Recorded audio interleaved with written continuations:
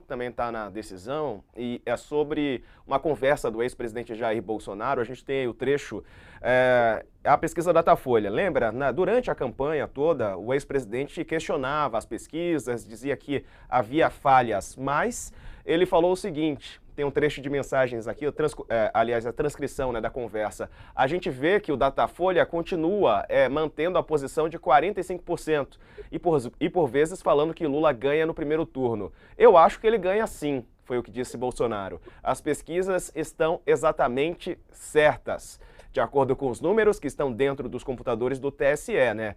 E eu tenho que ter bastante calma, tranquilidade. Eu vou entrar em detalhes com vocês daqui a pouco. No transcorrer da fala, Bolsonaro indaga a quem estava na reunião: nós vamos esperar chegar 23, 24 para se, aí usa o palavrão, né? Vou mudar para se ferrar. Depois perguntar por que não tomei providências lá atrás, e não é providência de força não, e aí usa outro palavrão. Não é dar tiro, ô Paulo Sérgio, vou botar a tropa na rua, tocar fogo aí, metralhar. Não é isso. Não é isso, porra, é o que diz o Bolsonaro. Mas, Couto, ele confirma o resultado das pesquisas, né? Publicamente falava que estava errado, que era tudo manipulação, mas em off, com os seus, ele falava que acreditava nos números, que eles estavam certos. Ele sabia, quer dizer, ele procurava evitar, admitir que poderia perder a eleição, mas ele confiava assim nas pesquisas, porque ele não é tão burro assim, né?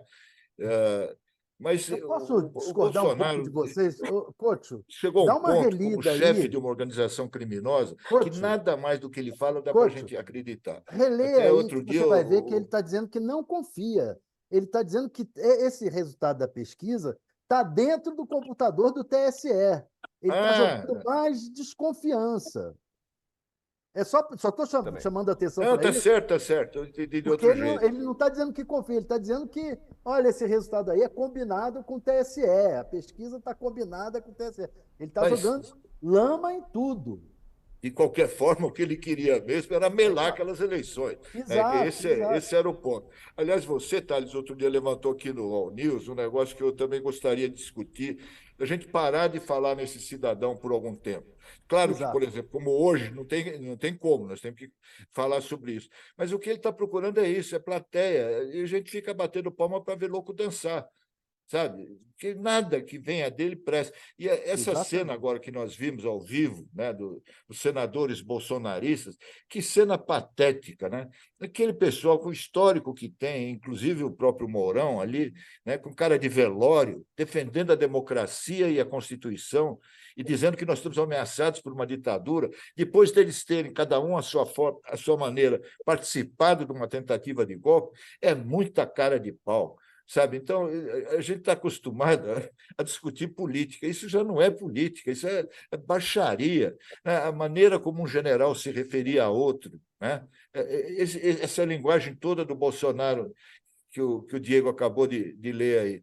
Sabe? Esse é o nível das Forças Armadas. Por isso que eu volto ao ponto que eu tinha falado antes. O país precisa urgentemente rediscutir o papel das Forças Armadas em tempos de democracia, em tempos de paz. Uma das coisas importantes que aconteceu hoje foi que a Polícia Federal, o Supremo Tribunal Federal, revelaram para nós a intimidade das nossas Forças Armadas, sabe, aquilo que eles querem esconder. Né? Muita coisa a gente já ficou sabendo, mas agora eles ficaram a nu. E aí vem o Mourão dizer que os militares não podem se omitir, tem que tomar providências. O Brasil é que precisa tomar providências com gente como ele, e como eles, com todos esses que foram arrolados hoje pela Polícia Federal. E eu quero concordar também com a professora Heloísa que nós estamos no meio de um processo, né? E é importante que continuem as investigações. Hoje, por exemplo, foram feitas algumas prisões e buscas e apreensões. Esse material todo vai gerar novas investigações, novas provas, né? Porque é evidente que tem uma parcela importante nessa investigação da delação do Mauro Cid, né? Ninguém mais do que ele sabia o que estava acontecendo lá dentro. Mas ele foi só o ponto de partida. Ele foi a pauta, como a gente fala no jornalismo. Ele deu a pauta, né? Mas eles foram atrás, o Supremo e a polícia, para investigar, para apurar exatamente. E quanto mais provas aparecerem, será melhor, sabe, para o Supremo e para o país, para evitar que o Bolsonaro queira se transformar no mártir.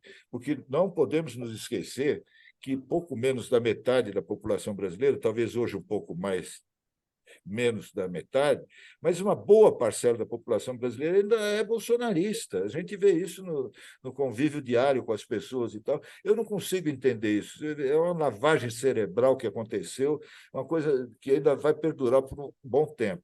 Então, é importante mostrar o que essa gente fez. Quanto mais provas aparecerem, quanto mais se denunciar, melhor, antes que eles tenham o fim merecido de ir para a cadeia.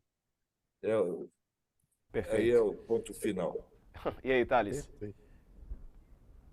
Perfeito, né? Mais que perfeito. É isso. Essa ali, aquela cena daquele pessoal falando, é um show de horrores, né?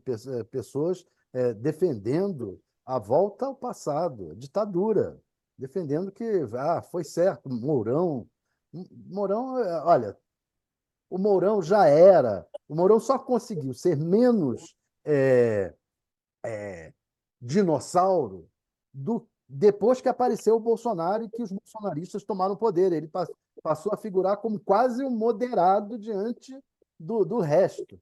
Mas é um horror. E aí vem ele defender que os militares têm que reagir. Reagir como? O que é reagir? É voltar às ruas?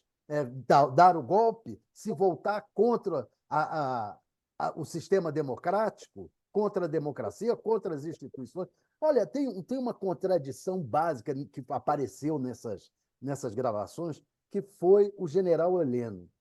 Por quê? Porque o general Heleno era ministro-chefe do Gabinete de Segurança Institucional. Segurança institucional quer dizer o quê?